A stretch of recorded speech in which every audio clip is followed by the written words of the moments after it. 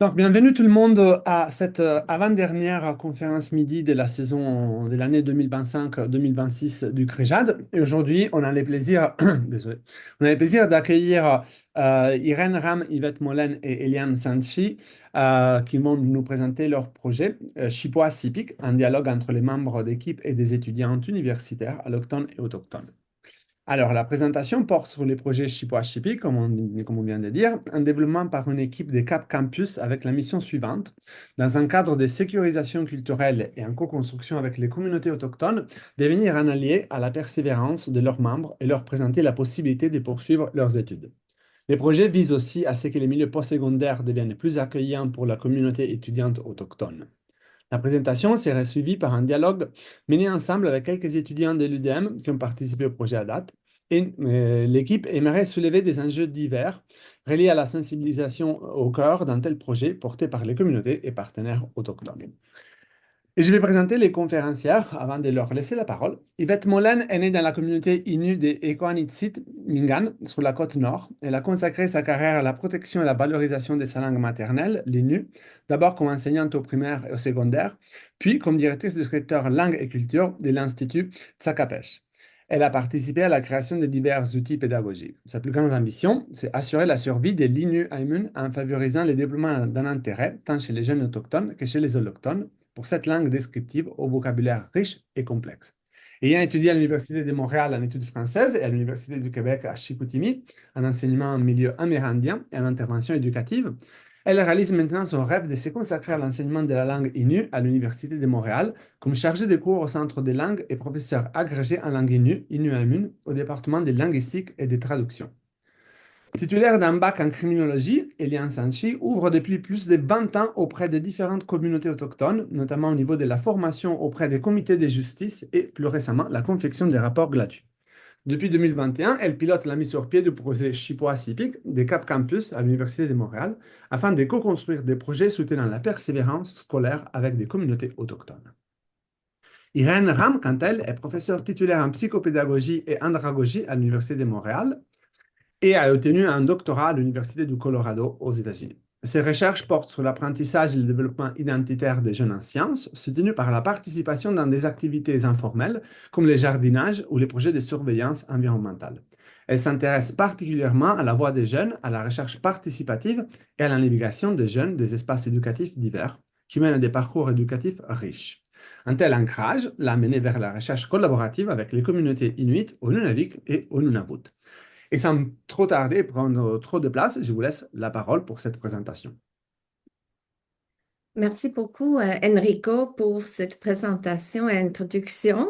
Je voulais juste mettre en avant que, en fait, notre présentation a changé un petit peu au niveau de l'accent qu'on va essayer de mettre sur vraiment deux projets. Donc, on va faire dialoguer Chipua Sipik, le projet que Eliane Sanchi va présenter, avec une école d'été d'Inu Amyun qui est dirigée par Yvette Mollen, ensemble avec Catherine Bien, qui est aussi avec nous.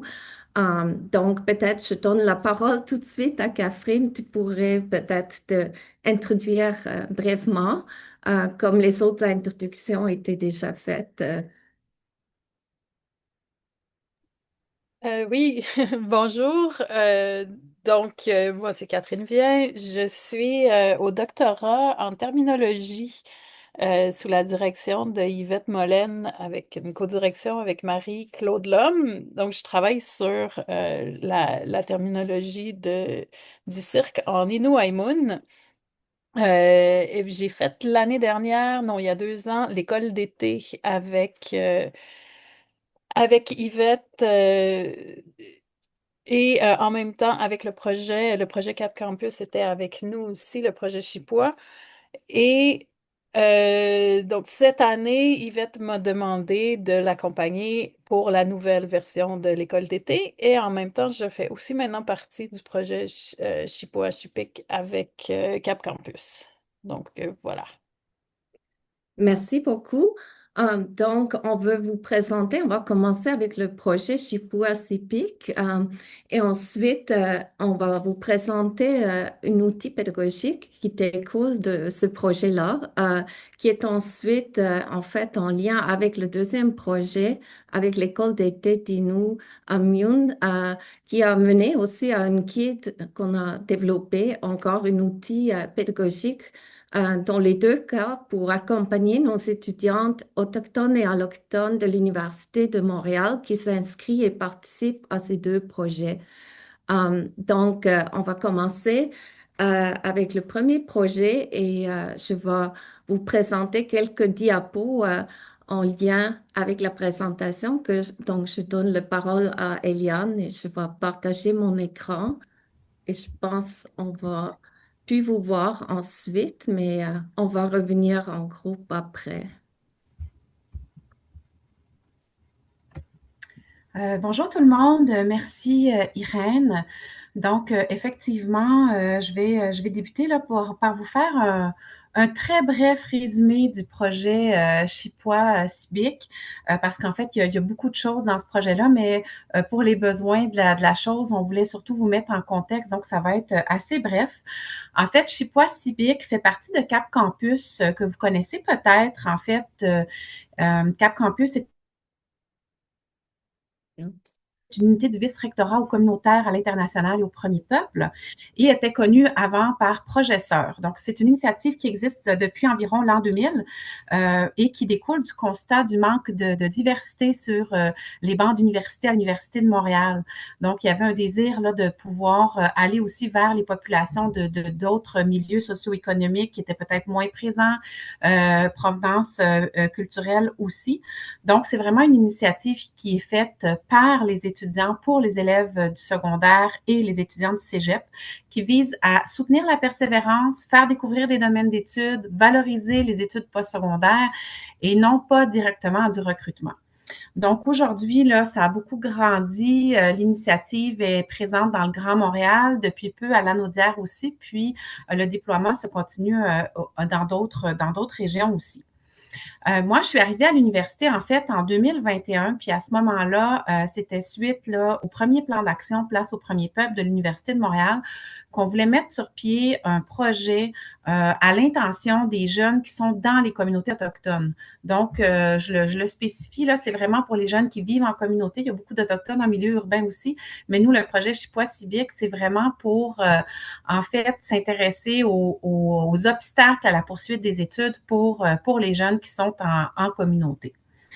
Donc, là, bon, vous voyez, on a mis les objectifs qui ont été lus tout à l'heure. Donc, c'est vraiment le cadre du projet. Donc, c'est pas seulement de monter des projets en persévérance, mais l'idée, c'est vraiment d'avoir une méthodologie respectueuse des premiers peuples, puis de travailler dans une façon réciproque avec eux et en même temps de développer aussi à l'intérieur même de l'université des compétences culturelles qui vont faire une différence pour les étudiants autochtones quand ils vont, si par exemple, ils poursuivent au postsecondaire et par exemple à l'université.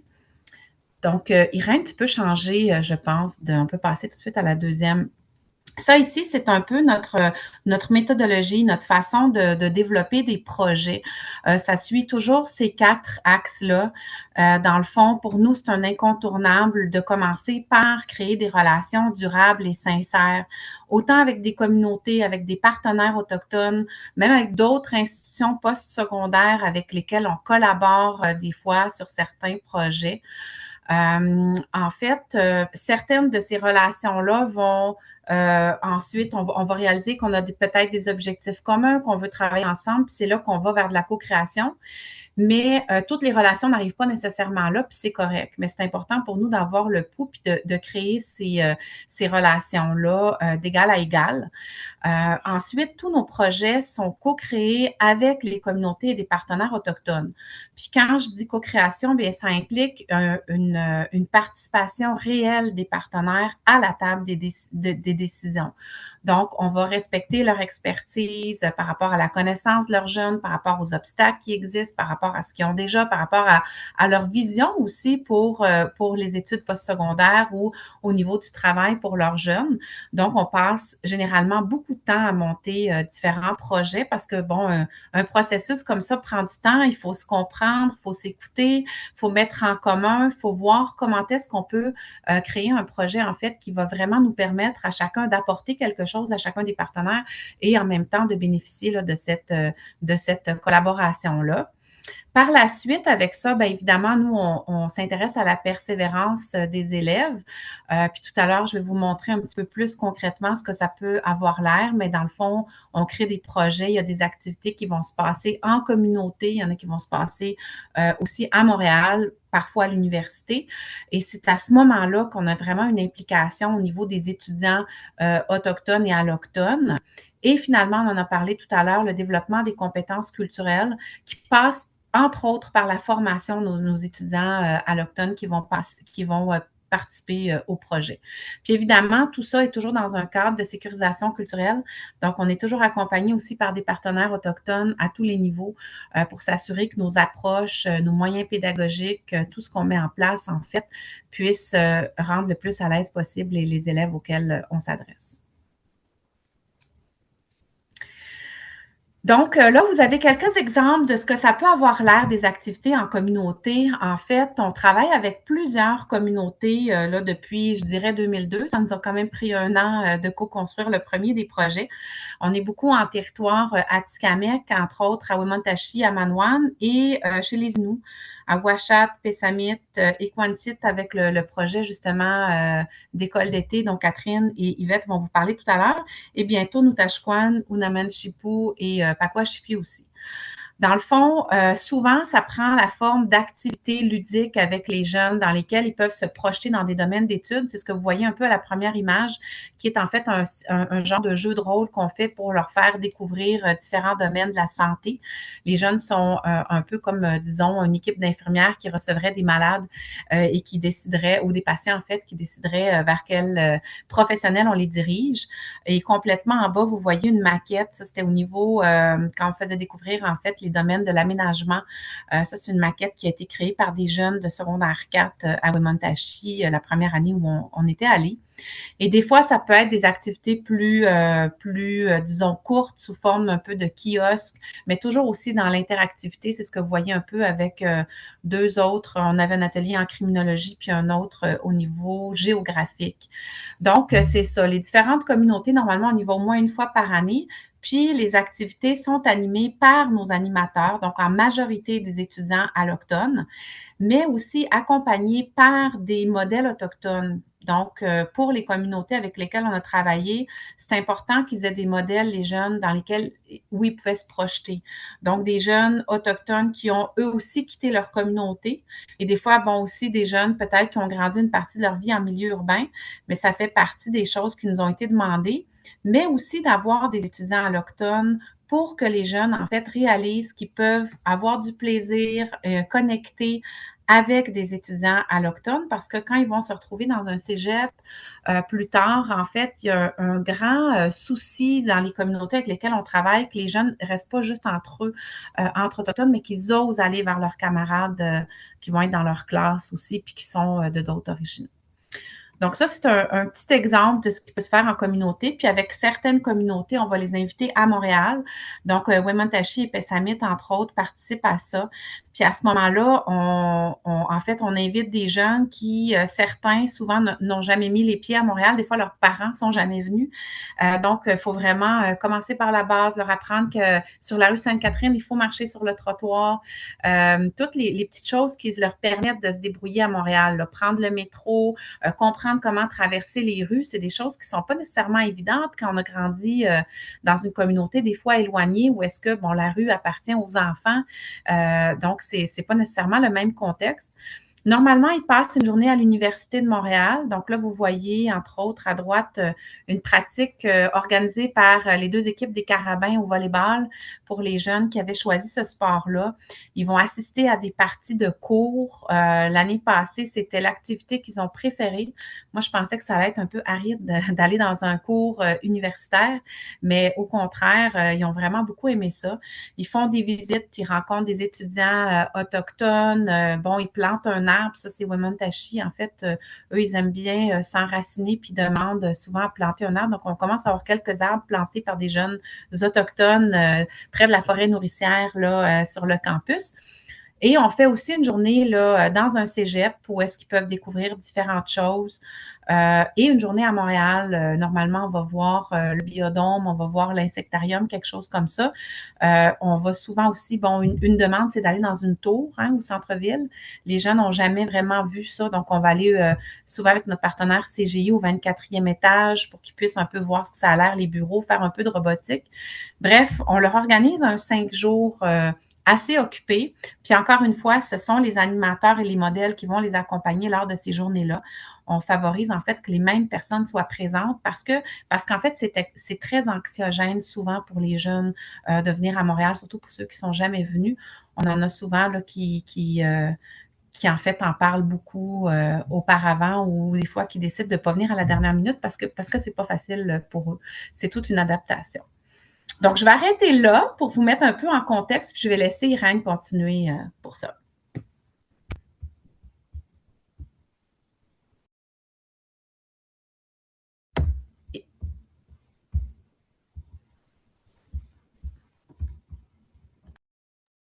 Irène, ton micro est fermé. Bonjour, je m'excuse. Merci, Eliane. Euh, moi, j'ai commencé à être impliquée dans ce projet probablement autour de 2019, mais le projet a vraiment changé beaucoup au travers le temps et surtout depuis Eliane Sanchi est arrivée et vraiment pris une autre monture dans le projet qui est beaucoup plus ancré et mené par les communautés autochtones qui participent. Et donc, j'ai accompagné les deux premières cohortes des étudiants universitaires dans leur séjour, dans leurs activités.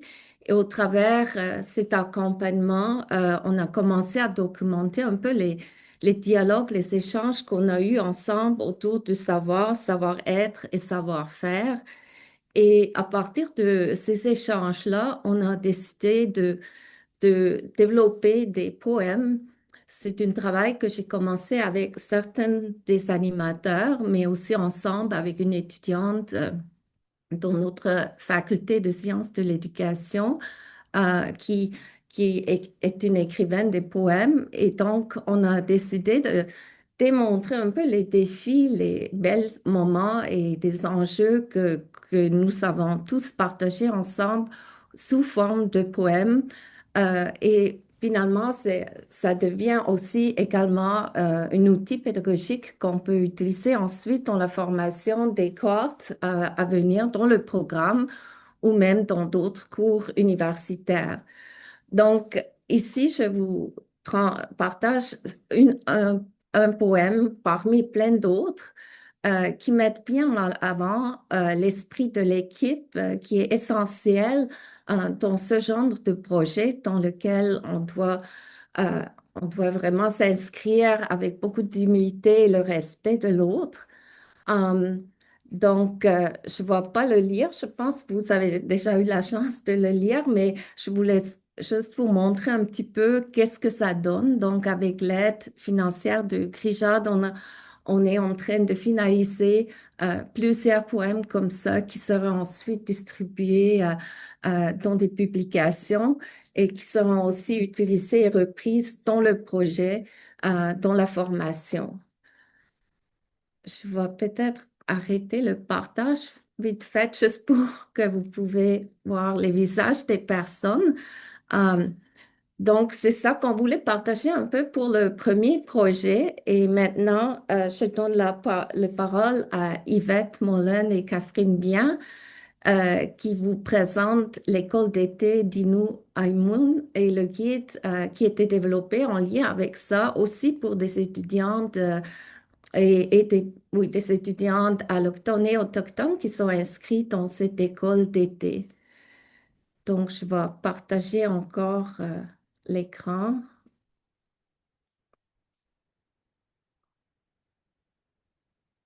et je vous laisse la parole. Bonjour. Moi, je vais vous parler du cours de l'école d'été que nous faisons à Écointit. Là, nous y allons cet été.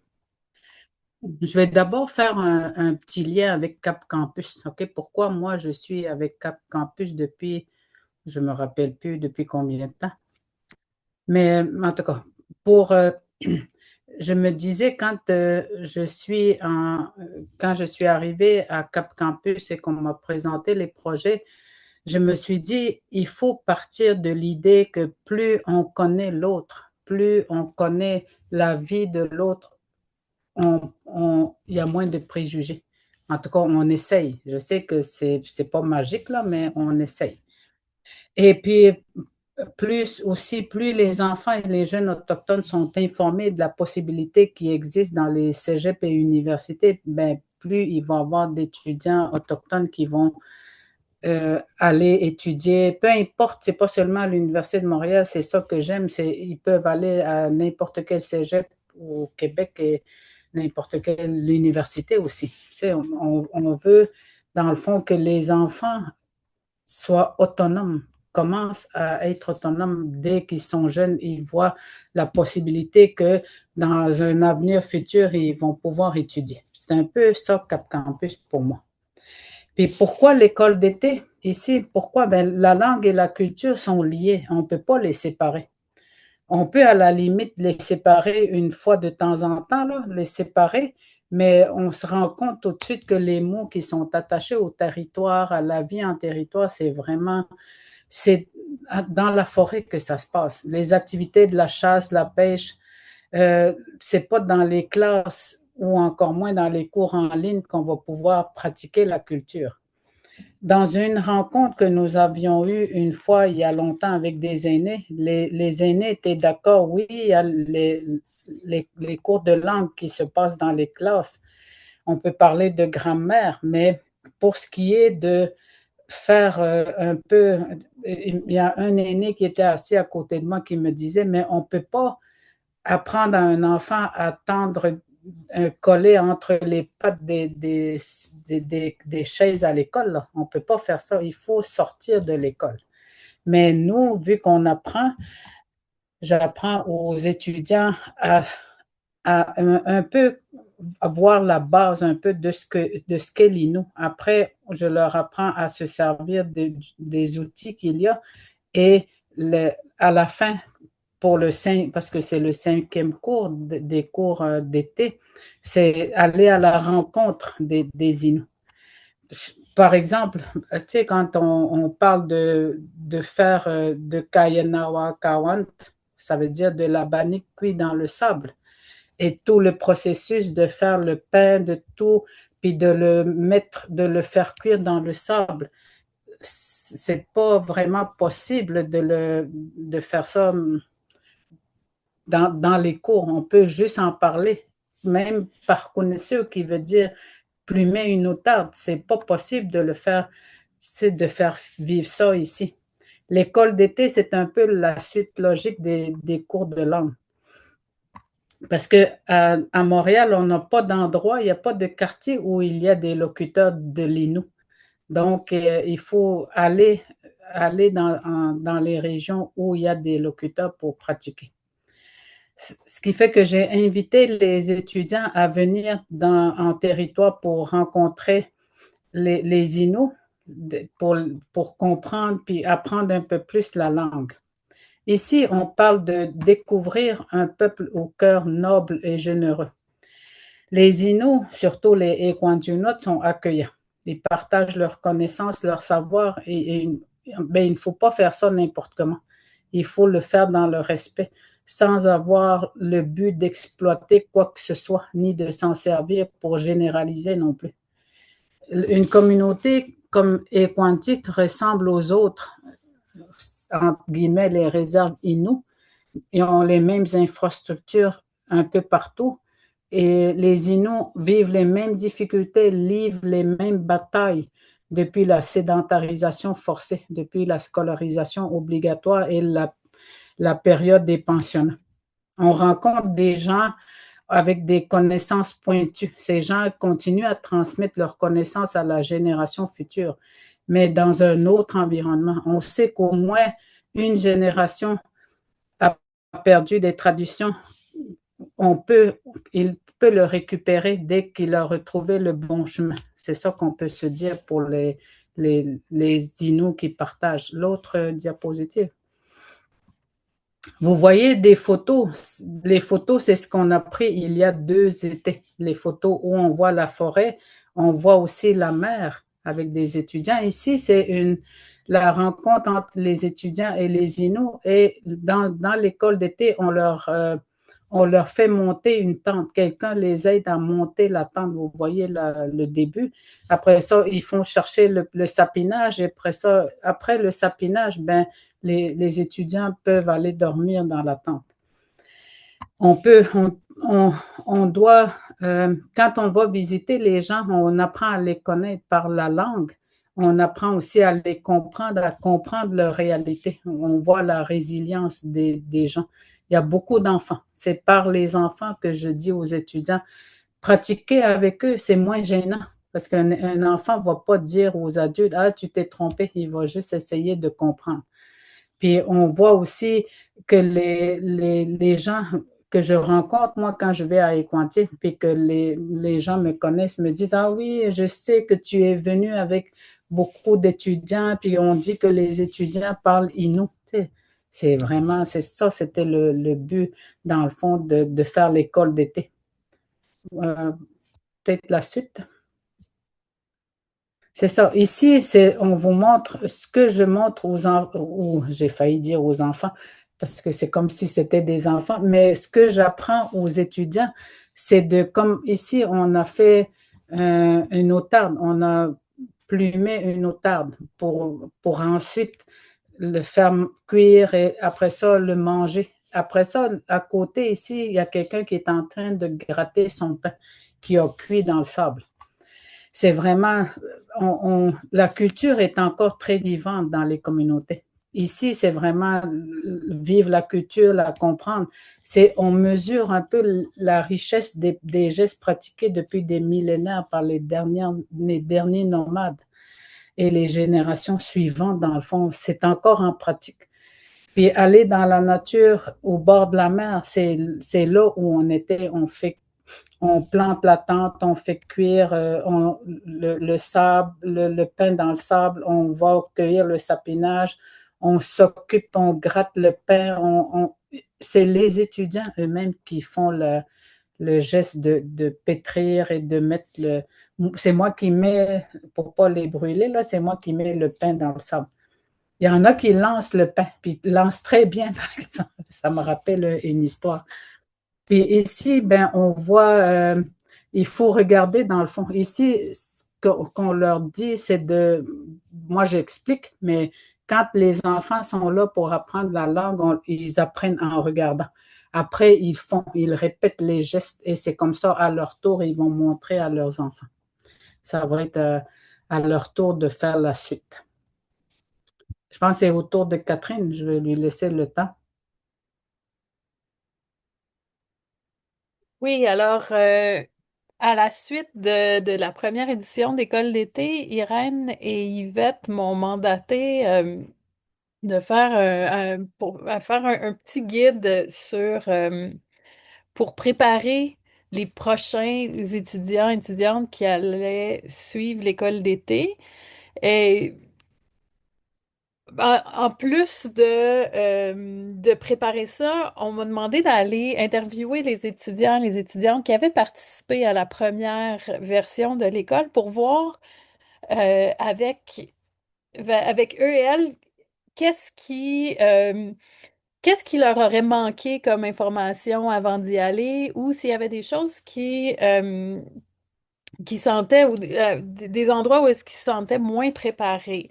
Donc, j'ai fait des interviews avec tous les étudiants et étudiantes qui avaient participé, puis ce qui était ressorti, c'était que, après, comme tous les participants avaient fait les 4 cours d'Inou, c'est des gens qui étaient quand même assez ouverts à la culture Inou, même si personne l'avait vécu, avec les histoires qu'Yvette nous raconte dans les cours, avec les anecdotes, avec la langue qu'on apprend, ben les étudiants et les étudiantes qui avaient fait qui avaient fait les cours d'Inou étaient un peu plus préparés à aller dans une communauté que si on avait pris quelqu'un comme ça par hasard à l'université.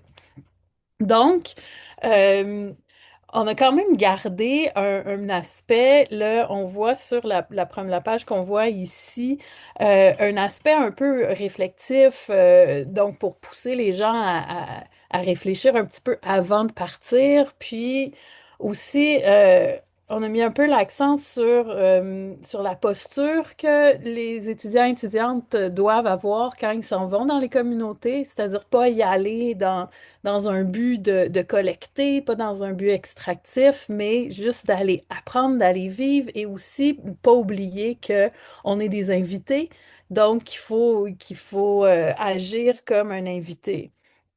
Ensuite, Irène, tu pourrais aller à l'autre diapo. Ensuite, bon, là, j'ai mis la table des matières. C'est sûr que vous n'aurez pas le temps de tout lire, mais juste pour donner un peu une idée de ce qu'il y a dans le guide. Donc, il y a la partie préparation, il y a une partie aussi explicative, entre autres pour Cap Campus, comme le projet se fait avec Cap Campus, ben, surtout les étudiants qui avaient passé la première année trouvaient pertinent que ce soit un peu mieux expliqué qu'est-ce que Cap Campus fait, pourquoi Cap Campus vient avec nous. Donc ça a été l'objet d'une page. Ensuite, des éléments qui avaient un peu surpris les participantes, c'était les chiens puis les enfants dans les communautés. Donc, on a fait des pages un peu plus explicatives, juste pour que les gens sachent à quoi s'attendre, puis qu'ils soient pas trop surpris une fois arrivés en communauté. Puis c'est ça, je pense que la chose qui était le plus revenue, c'était la carte de la communauté. Même si tout le monde a son GPS sur son Google Maps, c'est difficile d'avoir une image mentale de où est-ce qu'on est, puis de qu'est-ce qui se passe. Tandis qu'avec une carte, ben là, au moins tout le monde sait qu'est-ce qui est où, puis les éléments importants du voyage. Ensuite, la dernière page. La chose qui ressortait le plus chez les étudiants et étudiantes, c'était leur insécurité face à l'Inu Aïmoun, parce que même si on a fait les 4 cours d'Inu, on n'est pas rendu à un niveau où est-ce qu'on peut arriver puis converser comme ça spontanément de façon aisée. Donc, j'ai gardé plusieurs pages qui servent seulement soit des aides-mémoires sur ce qu'on a appris ou avec des phrases clés, des mots-clés, des guides de conjugaison pour que les gens qui savent déjà les noms mais qui sont un peu trop timides pour y arriver, au moins ont une base pour se référer. Donc, ça fait pas mal l'ensemble de mon travail sur le guide.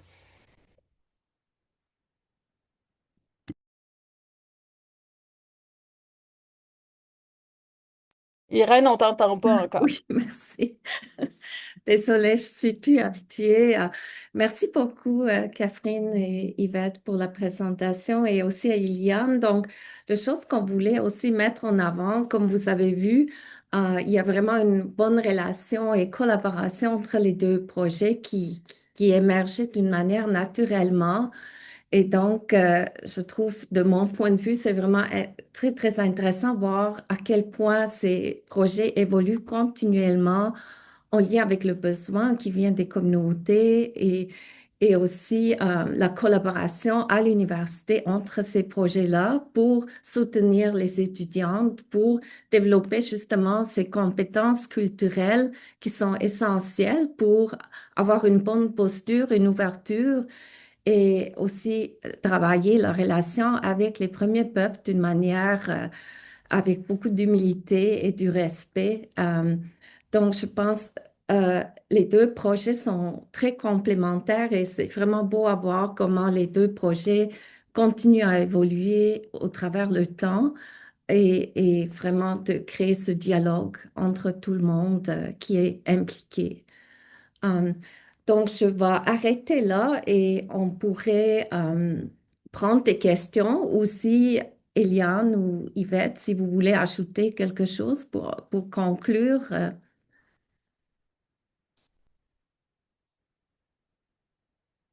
Je ne sais pas si, peut-être juste pour conclure, le plus bel moment que vous avez vécu dans ce projet, Eliane et Yvette, parce que c'est quand même une charge énorme aussi de mener ce projet.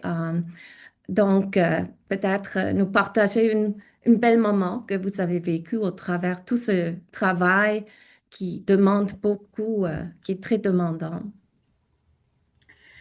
Ben, je peux commencer. Il y a eu beaucoup de beaux moments que j'ai vécu depuis que je suis sur ce projet en 2021.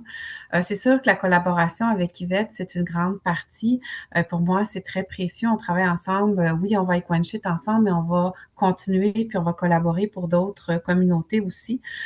Donc ça, c'est quelque chose de vraiment intéressant.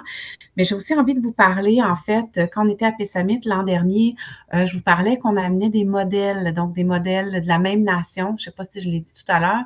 Donc, on avait deux modèles Inuits qui étaient là pour accompagner les jeunes.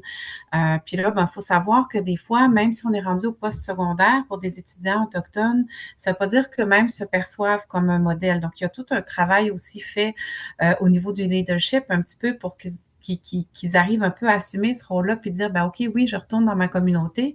Maintenant, je suis moi aussi rendu un exemple.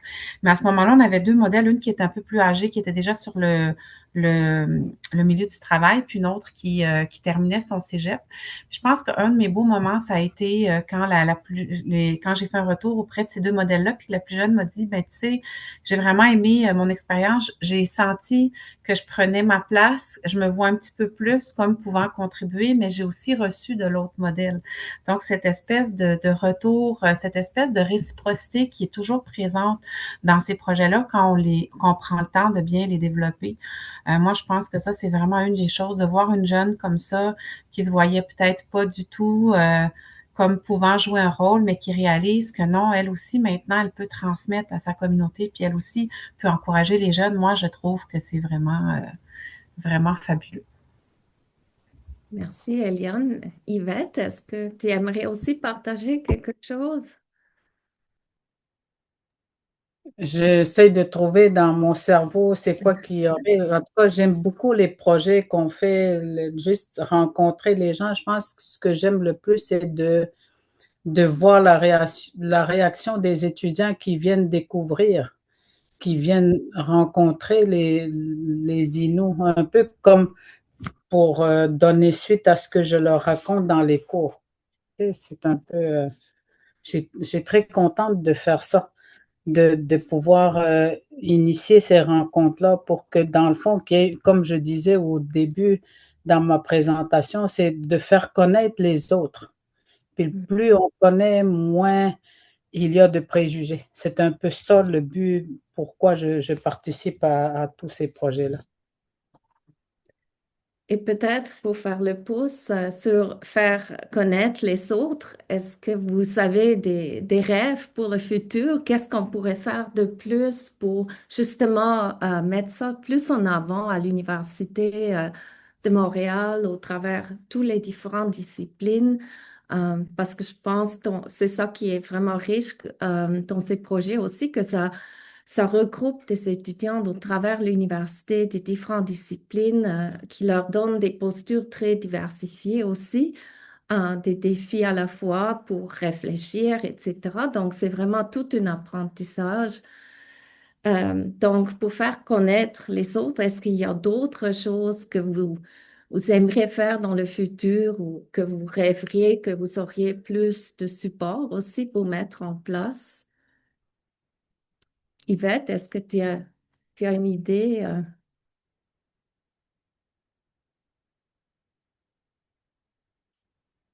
Moi, j'y vais au jour le jour. Je peux pas prendre un projet, tu sais, j'y vais quand ça marche.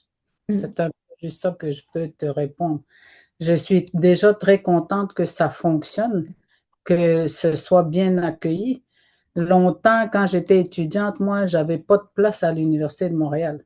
Il y avait pas de place, il y avait même pas de centre étudiant pour les Autochtones.